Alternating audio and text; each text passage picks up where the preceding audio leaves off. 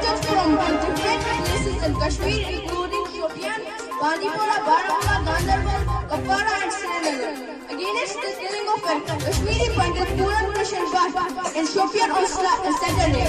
Lieutenant Governor Manoj Sinha on Sunday announced setting up of a panel of 25 eminent sports persons, each for Kashmir and Jammu districts, who would hold interactions with young sports talents in educational institutions and sports academies. In a fresh order, the National Green Tribunal has imposed a penalty of ₹35 crores on J&K government for constantly polluting the Dudhganga, which is a major source for drinking water. Srinagar, uptown and some areas of Bardam district as well. This is all for today. We meet again tomorrow at 9:30. It's going well. Do you like spicy food? No, I don't like it. Do you offer namaz daily? Yes, I offer namaz. Do you like to prepare tea? No, I don't like to prepare tea. Do you have any ambition? Yes, I have.